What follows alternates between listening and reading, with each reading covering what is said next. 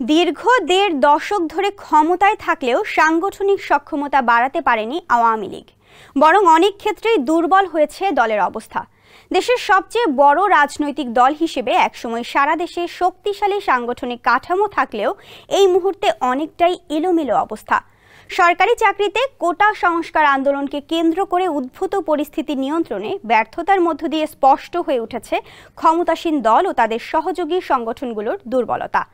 পদ পদবি ও বিভিন্ন নির্বাচন ঘিরে দলের অভ্যন্তরে চরম বিভক্তি তৈরি হয়েছে। প্রতিটি স্তরের এই গৃহবিবাদ ঐতিহ্যবাহী রাজনৈতিক দলটির সাংগঠনিক দুরবস্থার অন্যতম কারণ বলে মনে করছেন বিশ্লেষকরা। এনায়েত শাওনের প্রতিবেদনে বিস্তারিত জানাচ্ছেন আবিদ হাসান। ২৫০টিরও বেশি ডিজাইন অপশন নিয়ে ওয়ালটন স্মার্ট ফ্রিজ, বোঝে আপনার প্রয়োজন। আওয়ামী লীগে হাইব্রিড বা অনুপ্রবেশকারীদের প্রভাব বিস্তার, ত্যাগী নেতাদের অবমূল্যায়ন ও প্রভাবশালীদের একাধিপত্য বেড়ে যাওয়ায় তৃণমূল পর্যায়ে সংগঠন দুর্বল হয়েছে।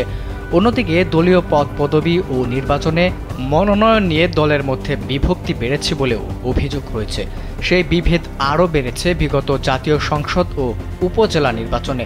দলকে চ্যালেঞ্জ করে অধিকাংশ ক্ষেত্রে স্বজনদের জয়ী করতে ভূমিকা রাখেন সংসদ সদস্যরা। অর্থের কাছে হার মেনেছেন দলের অনেক ত্যাগী ও তৃণমূল নেতা।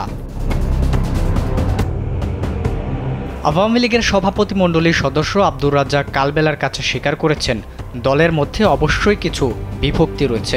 এছাড়া খোঁজ নিয়ে জানা গেছে, বিভিন্ন এলাকায় বর্তমান ও সাবেক এমপির মধ্যে যে দ্বন্দ্ব, সেটি আন্দোলনের প্রতিরোধে প্রধান অন্তরায় হিসেবে দেখা দেয়। ফলে কোটা সংস্কার আন্দোলনের সুযোগ নিয়ে রাজধানীসহ দেশের বিভিন্ন এলাকায় সহিংসতা কার্যকর প্রতিরোধ করতে পারেনি ক্ষমতাসীন দল।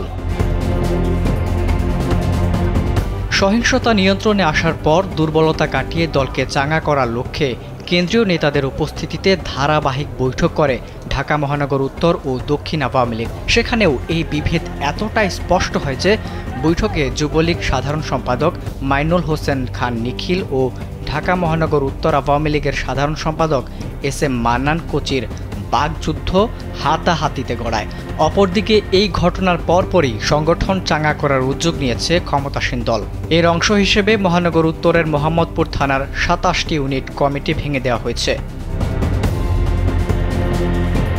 আওয়ামী লীগের সভাপতিমণ্ডলীর আরেক সদস্য শাহজাহান খান কালবেলাকে বলেন, দুর্বলতা তো আছেই, অস্বীকার করছি না। দীর্ঘদিন ক্ষমতায় থাকায় নেতাকর্মীদের মধ্যে আন্দোলন করার চেতনা নষ্ট হয়ে গেছে। তবে দুর্বল থেকে সবল করার উপায়ও আছে, সেই পথে আওয়ামী লীগ হাঁটছে।